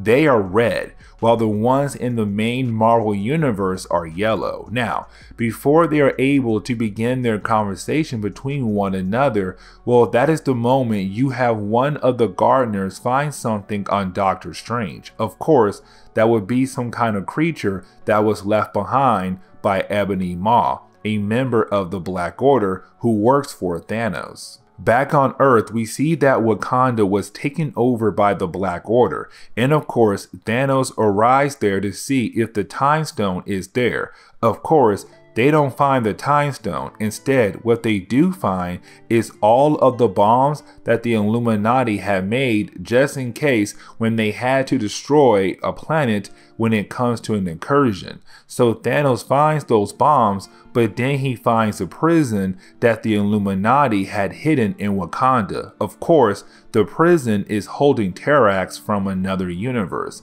and also the Black Swan. The question is what Thanos is going to do with them. He tells Black Swan he is not going to release them, but still leaving us wondering what he plans to do with them.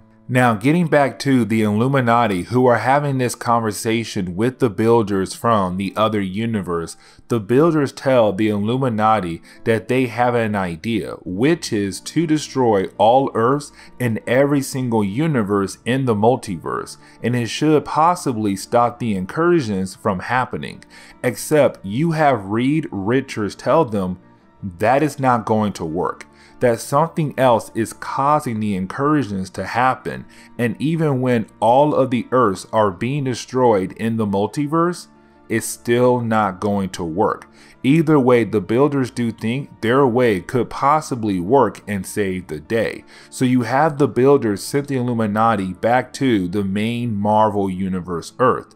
Right when they get back to their Earth, the Builders destroy the other Earth to end the incursion here at this point, so that the Illuminati don't have to worry about it anymore.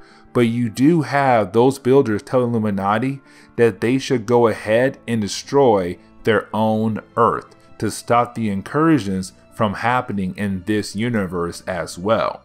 But either way, this is where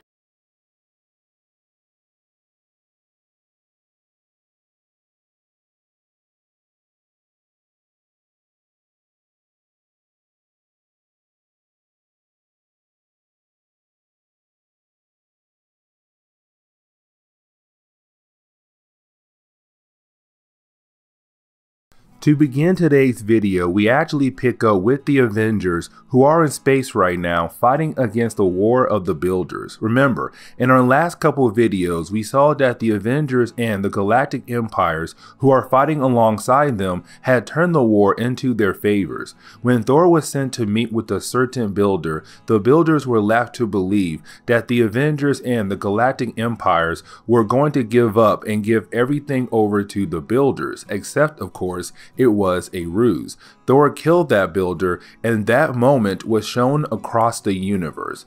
On top of that, Captain Universe had also wiped out a huge chunk of the Builders' army to give the Avengers and the Galactic Empires a fighting chance. Now, with Thor being able to show other planets that the Builders are killable, you had the Avengers and the Galactic Empires go across the universe and begin the process of helping other planets deal with the Builders and free their worlds. Except with them doing this, it actually shows us that these planets are calling themselves Avengers worlds, just boosting up the numbers of the Avengers, which is great because they need all of the help they can get when it comes to stopping the Builders from actually winning this war against the Avengers and the Galactic Empires.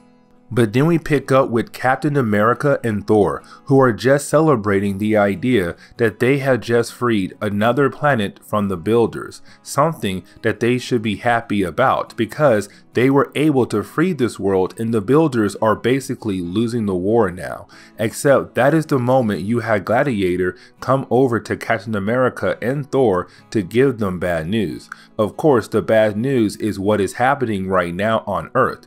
Of course, we know that Thanos had invaded the Earth and right now it is being wrecked, mainly because the Illuminati is not doing much, but the heroes that were left on that world had already failed. Either way, it's Gladiator telling Captain America and Thor that they may want to go back to Earth to save it from Thanos in the Black Order.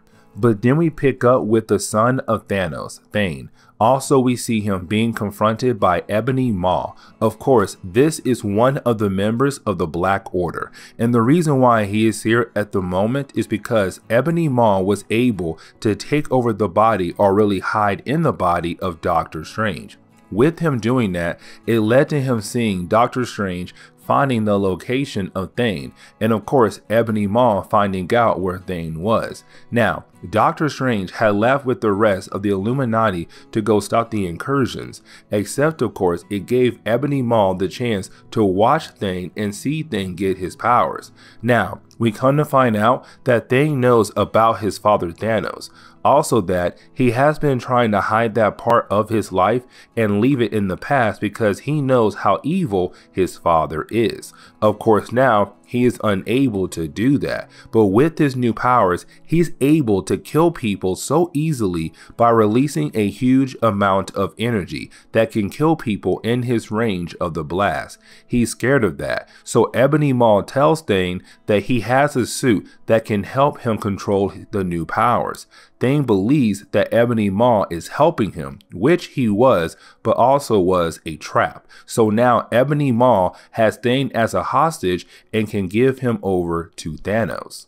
But getting back over to Thanos, we see him in the Black Order in the lab of Black Panther and Reed Richards, where you had them trying to learn more about the bombs that the Illuminati had made. And remember that these bombs were made to help the Illuminati deal with incursions. Of course, they are having a hard time unlocking these bombs and finding out all of the secrets about the bombs. We also come to find out that Thanos and the Black Order have Black Bolt as their hostage because in an earlier video, we saw Black Order actually lose to Thanos. So now you have Thanos tell Supergiant, another member of the Black Order, to use her powers to dive into the mind of Black Bolt to hopefully know what he knows about the bombs. Now, getting over to the creators of those bombs, we actually pick up with the Illuminati, who have just came back to the Earth. In our previous video, we saw these characters were at an incursion point, and the Builders from another universe had decided to get rid of that universe version of Earth as a way to stop the incursions from happening. But while the Illuminati are gathering their minds since they just went through a whole thing, well, that is the moment you have the Illuminati see Black Bolt's brother Maximus the Mad standing on a cliff nearby, kind of hinting that maybe he wants to talk to them about something very important. But skipping back over to Thanos, we see him and the Black Order were able to figure out how the bombs work, thanks to Supergiant using her abilities to access the mind of Black Bolt. Either way though, that is the moment you have Ebony Maw contact Thanos and the rest of the Black Order. Now Thanos is mad at Maw because he has been missing for a good period of time.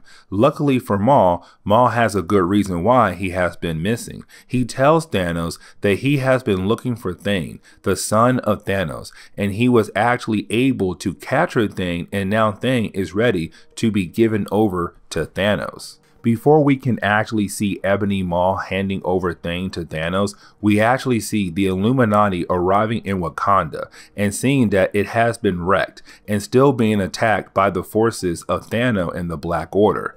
At the same time, Lockjaw, the Inhuman Dog, tells Maximus the Mad and the Illuminati that it knows that Black Bolt is being held inside, meaning that they have to hurry up and stop Thanos to save Black Bolt. Inside the Illuminati base, we see that Ebony Maw has brought Thane to Thanos, and this does seem like the moment where we could see Thanos killing off his son, since that is the main reason why he came to Earth. The Time Stone was a secondary goal, but he was unable to find the Time Stone. Either way, that is the moment you have Thanos thinking about killing off his son. But of course, that is also the moment Corvus Glaive gets a message from one of his henchmen. Something is attacking the ships in space, and whatever it is, it came out of nowhere and it could be heading towards the Earth to cause problems for Thanos in the Black Order. So now the question is, what in the world is happening in space? Well, that is the moment we come to find out it is the Avengers who had left the Earth to fight against the Builders coming back to stop Thanos. Because remember, Gladiator told Captain America and Thor that Thanos was attacking the Earth. So they had rushed back and really they had won the war for the most part against the Builders. So now you have the Avengers about to send back down to Earth to help the rest of the heroes fight against Thanos and to hopefully stop him before he has the chance to kill Thane. And this is where we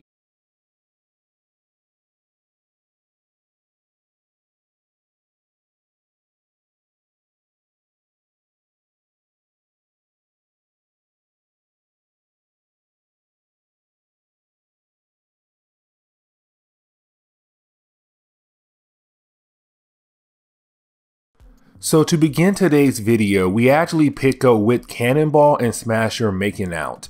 Kind of a funny thing to open up to, except this is picking up right after the ending of our last video, where the Avengers are on their way back to the Earth to stop Thanos. Now Sunspot, who is another member of the Avengers, does ruin the moment for Cannonball and Smasher by walking in. Of course, the reason why he's walking in is because the Avengers are about to get into a big battle. Now this battle is not them actually fighting against Thanos or anything, except it is them getting ready to fight against the forces of Thanos that Thanos had left out in space to keep anyone from coming towards the Earth. So it is about to be a big battle, and this battle is going to take place on a certain moon. Of course, the moon that gets selected is the moon Titan, the moon of Saturn. But there is a reason why we are picking up here is because it used to be the home of the Eternals, but also the home of Thanos. Now, the reason why the Avengers and the Galactic Empires that are helping the Avengers to save the Earth are attacking Titan is so Thanos can know that they are coming to save the Earth. So it is a full-on attack on any other forces that Thanos had left out in space. They want his soldiers to send a message that they are coming and they are going to stop him when they finally arrive back on Earth. We then pick up with the Black Dwarf. Now he is one of the members of the Black Order who works under Thanos. Now in a previous video, he had lost to the Black Panther, and Thanos was upset that he had failed to take over his area of the Earth. So Thanos gave him a new goal, which is to protect spaceships that Thanos had left, of course, in space. So this is his big moment to hopefully regain the trust of Thanos in his position in the Black Order that he had lost, hopefully to get back on the right side of Thanos once again. So he knows the Avengers and the Galactic Empires are on their way, and Thanos wants him and his army to stop the Avengers and the Galactic Empires from reaching the Earth. Getting back to Captain America and the Galactic Empires, we see them making up a plan. Of course, they know they have to do two things. The first is that they need to break the barricade that Thanos' forces have around the Earth. Secondly, they need to regain the space station known as the Peak. The Peak is a powerful space station that could cause a lot of problems for the Avengers and the Galactic Empires if they don't actually regain control of it. Now, they have no idea about the Black Dwarf, and since he is one of the members of the Black Order, of course, that means he is someone who is very powerful, and they should take him very seriously as a threat. He could easily change the tide of this space battle if it comes down to it. But either way, you have the Avengers and the Galactic Empires get ready for their attack. Now, we see that some members are concerned about the battle. That person would be Manifold, who has the ability to teleport on a large scale. Because let's not forget, all of our previous videos have been the Avengers and the Galactic Empires fighting against the Builders. That was a huge battle where the death toll was very high, and now he must fight again to fight against Thanos. This time, instead of fighting for people he did not know, this time he has to fight against Thanos for his loved ones back on Earth. You do have Captain America and Captain Marvel kind of give him a powerful speech to motivate him and to get him to think straight so that he doesn't get killed or hurt in the battle. Now, Thor does give a speech too, kind of trying to say this is going to be Manifold's biggest battle of his life. Also, his whole life has led up to this moment, and that no matter what you are, God or just a regular person or even an alien from another planet, everyone has something to fight for, and when they do, they will die or they will continue to fight. But this battle is going to decide that for a lot of people. When we jump into the next issue, we actually pick up with Iron Man talking to Captain America. Now, this conversation is taking place 4 hours before the big battle in space, but this conversation is actually very important. The reason why is because Captain America asks Iron Man where in the world he is at, which of course is Wakanda. Now, Captain America wants to come there to help the Illuminati get back control of Wakanda. Except, of course, Iron Man doesn't want him to come there, because if Captain America does, he will find the bombs that the Illuminati have made to help them with the incursions. Remember, only the people in the Illuminati know about the incursions and the bombs. They feel like it is not something that should be shared to everyone else in the superhero community. Either way, you have Iron Man tell Captain America to go find Thanos once they have broken through the barricade and got into Earth. But either way, we pick up with the Avengers in space getting ready to attack Thanos' forces in space. Now, of course, they know this is going to be a big battle. So Captain America had called in some backup, like some members of the Guardians of the Galaxy, to help out.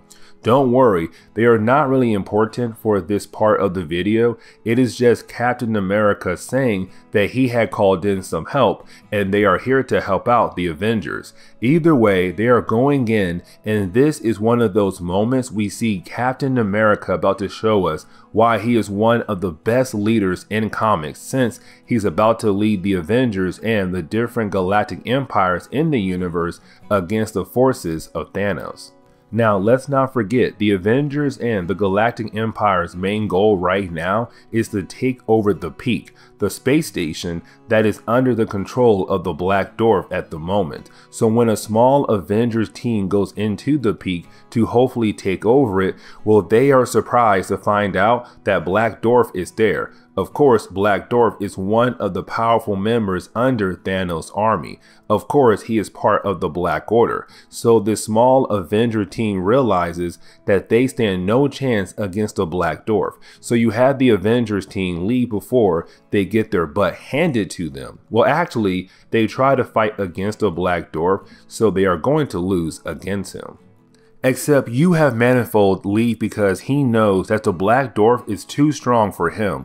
Also, that Black Dwarf is standing in their way from taking over the Peak. So Manifold goes to get some powerful hitters like Ronan the Accuser and Gladiator too. There are some other members that are there, but when they come back to help this Avengers team out against Black Dwarf, it leads into one of the biggest battles in this story.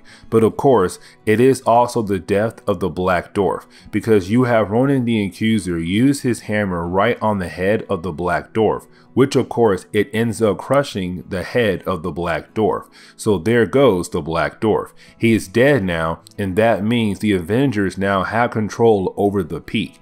Except this is the moment where we are going to end today's video, with the Avengers being able to get to Earth to help the rest of the heroes to stop Thanos. So with that being said, I do hope you enjoy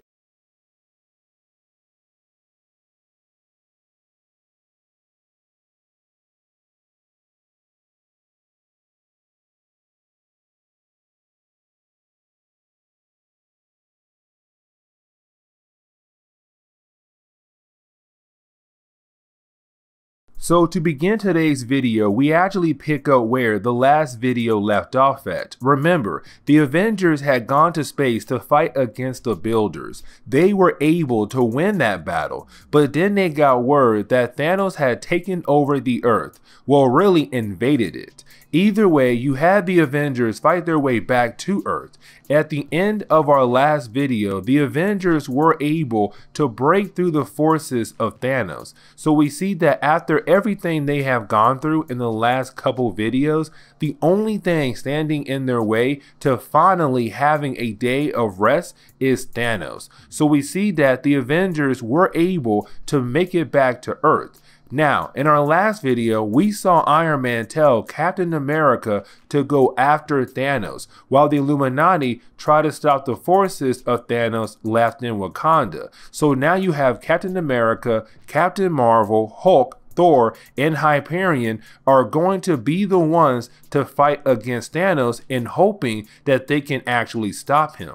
Now, not all of the Avengers are back on Earth. Some of the Avengers are still fighting in the space against the forces of Thanos. They want to make sure that they take care of all of Thanos' forces. So now we see Cannonball and Smasher being able to work together to actually beat up some of the spaceships that are in space.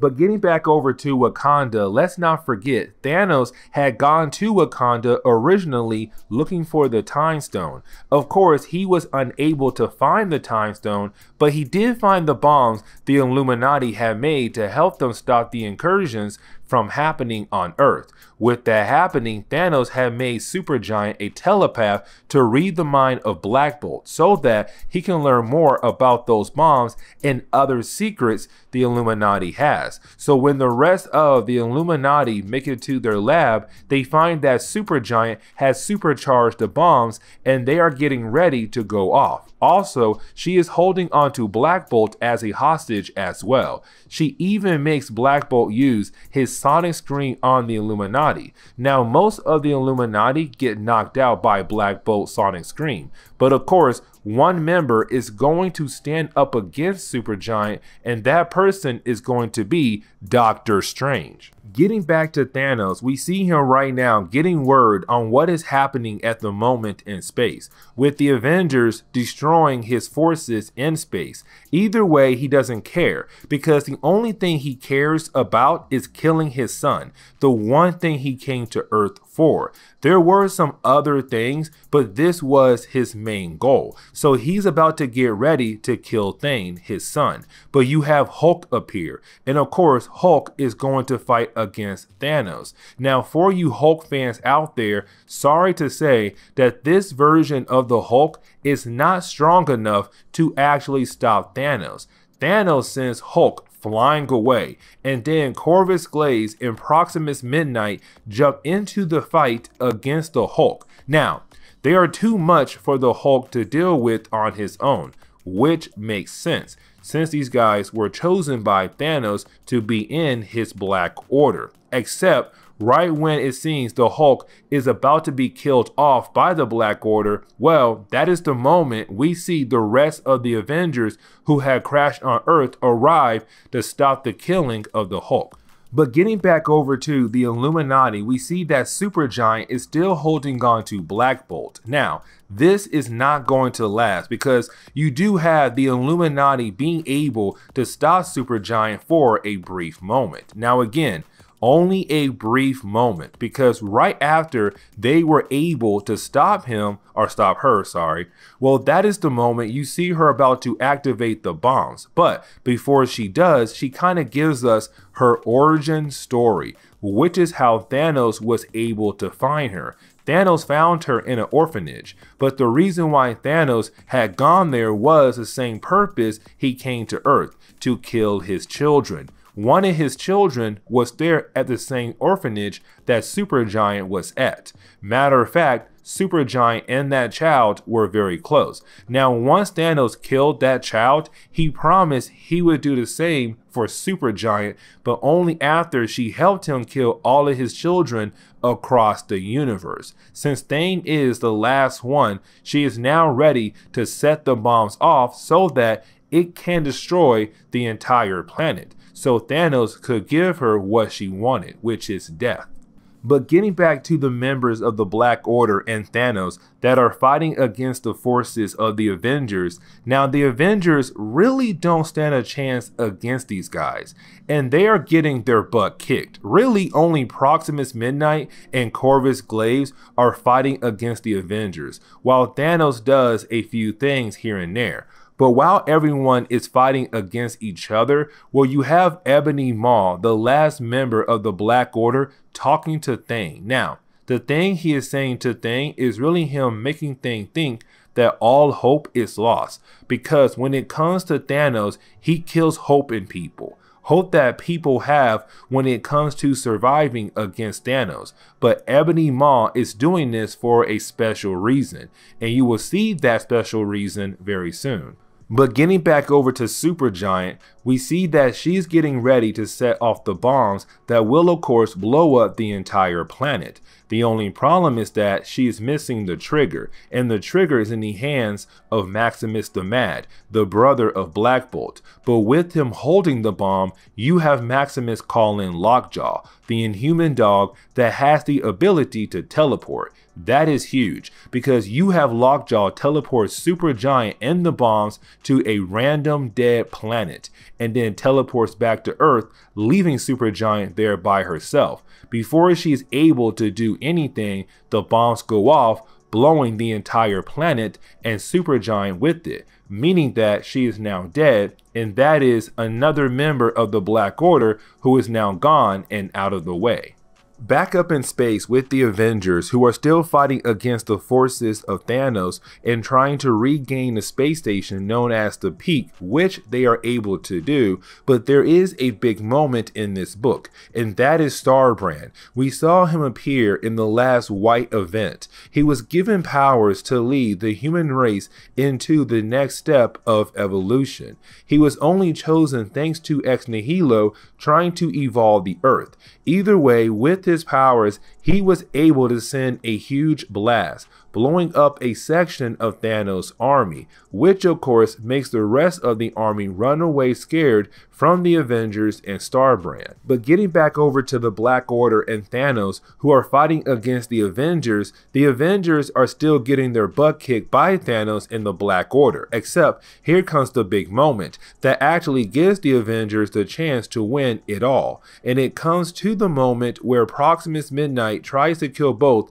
Captain America and Captain Marvel with some projectiles from her weapon. Except Captain America is able to use his shield to protect them from the attack, and her projectiles just bounce off Captain America's shield. Now with that happening, some of those projectiles actually had landed and hit Corvus Glaive, which of course weakens him just enough to give Hyperion the chance he needs to win this battle, because he was losing this battle at first. And this is the man who is basically the Marvel's version of Superman over at DC. Either way, he was able to bounce back and completely kill off Corvus Glaive just like that. So now 3 of the 5 Black Order is dead. Supergiant was blown up on a different planet, and the Black Dwarf had his head smashed in our last video. So right now the Black Order is falling apart very quickly. Now you do have Thanos step in and once again to fight against the Avengers, but most of the Avengers are beaten since they have been battling against the Builders and then had to fight against Thanos and his army. But one member still has some energy left, and that person is Thor, the god of thunder. And you have Thor at first try to send down some lightning, but then he tries to use his hammer against Thanos, but he is still not strong enough to stop Thanos. Thanos is on another level. He is too powerful, but while this fight is going on, you have Ebony Maw still talking to Thing, the son of Thanos. He is trying to get in his mind, and the reason why is to use Thing to actually defeat Thanos. Ebony Maw knows how powerful Thing can truly be. So we get to the moment where we see Thanos is just whooping the Avengers' butt, and no one can help them defeat Thanos except one person, and that person is no other than Thane. But Thane is afraid to use his powers because in his left hand he has the ability to kill anyone. Now without the armor he is wearing, he can kill anyone without touching them. But with it on to help him control his powers, he has to touch them to kill them. But in his right hand, he has a different ability, with Ebony Maw getting in his head and Ebony Maw letting the shield down. Thane learns what kind of powers he has in his right hand, and as soon as he raises his right hand, all we see is a flash, and left to wonder what just happened. Some time passes by, and we see that Iron Man and the rest of the Illuminati have finally met up with the Avengers. When they do, Captain America is wondering what had happened. That is the moment you have Iron Man tell Captain America and the rest of the Avengers that Thane has saved the day. This is the moment we learn what Thane was able to do, which is that he used his right hand power. What it does, it put Thanos in Proximus Midnight in some kind of stasis cube, basically making Thanos a prisoner, and the Avengers can say that this is finally over and they won. So now we get into the wind down of the story, which is that we see what Black Bolt and Maximus are up to, because Maximus wants to know what is Black Bolt's master plan is, because we have seen Black Bolt do a lot of things in the last couple videos. He sent the royal family of the Inhumans and the Inhumans who were staying in the Atelian away and blew up the Atelian. We were left to believe that he did that to stop Thanos, but there is something else up his sleeve. The bomb released the Terrigen Mist and have it travel around the world to booster up the population of the Inhumans up. Now there are some things that do come out of the big ending of this. The gardeners that were made by the builders, they went on to recreate life, and the Shi'ar Empire decided to expand their empire to protect planets that need protecting. Ronan the Accuser and the rest of the Accusers were able to rejoin the Kree. The Skrulls were able to come back under one ruler again. We talked about how the Skrull Empire had fallen apart. Thane is the biggest thing. He was able to leave the Earth with Ebony Maw, and the question is now, what is going to happen with those two, with them being able to leave the Earth? But to close on this book, we actually see the Illuminati are still plotting to work together, and the reason why is because they are the only ones who know that the multiverse is dying. The incursions will continue to happen across the multiverse. Also, we see that they were able to build some kind of prison that can hold Thanos, even though Thanos was left in that stasis cube that Thane had put Thanos and Proximus Midnight in. But the Illuminati are still plotting to figure out how they are going to protect the Earth from the incursions. And this is where we are going to enter.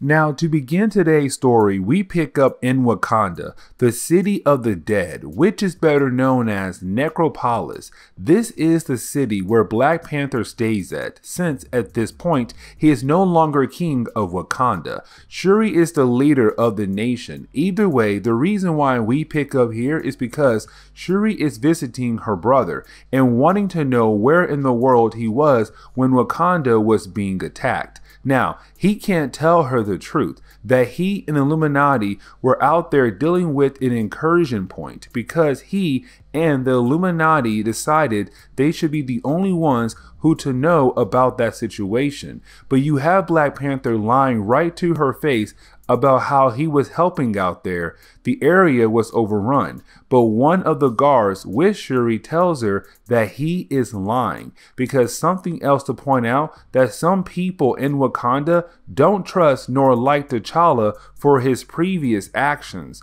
Now, T'Challa does smack that guard who called him a liar as a way to show he's still part of the royal family. Now, he tries to reassure Shuri that he is not up to something, but that is the moment someone out of nowhere calls him a liar again.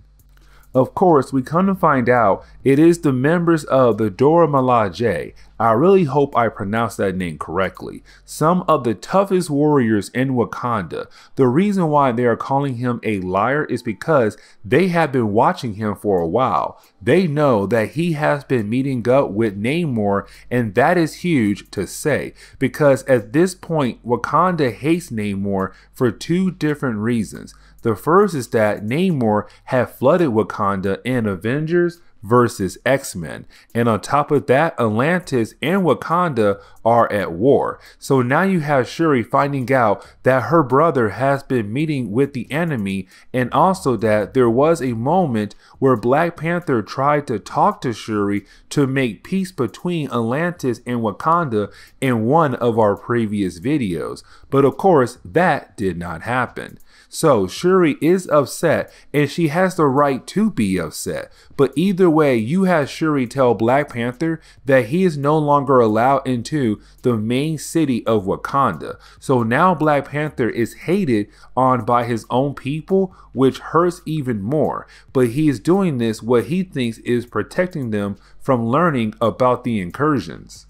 But once everyone leaves, you have Namor actually appear, and that would have sucked even more if Namor came out when Shuri and everyone else was still there. But either way, this is Namor kind of giving T'Challa a hard time about the decision he had made, because they both know what is on the line, and on top of that, they know that T'Challa could have easily handed over Namor, but at the same time, Namor is part of the Illuminati. So Black Panther has to stick with the choices that he had made, just to protect Namor from being captured by the people of Wakanda.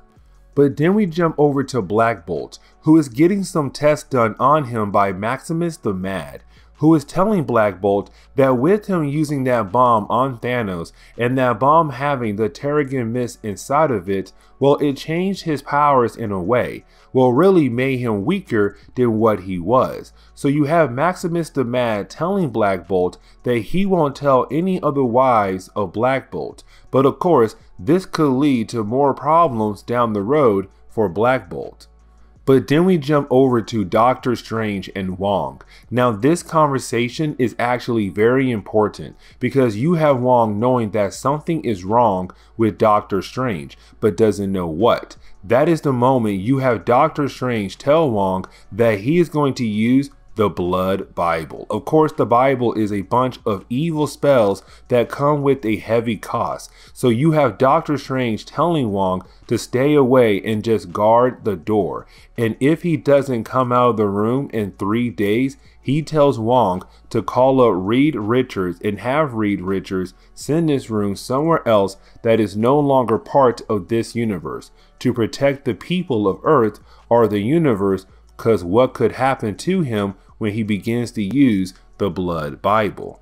But to close on this book, and more still to come, we pick up with Reed Richards, Hank McCoy, aka the Beast, and Iron Man, and they are meeting up with the Black Swan, who is one of their prisoners. Now, here comes the thing about the Black Swan. She knows about the incursions, and she is the person who told the Illuminati about the incursions, which means she has a lot of knowledge about it. Now, Iron Man tells her that they were able to stop the Builders from winning, and they feel like they have accomplished something really big, except you have Black Swan tell them that what they had just dealt with is nothing compared to other threats out there, because she thinks she knows what is causing the incursions, and Illuminati have no idea what it is, except she says the builders are basically nothing to be scared of.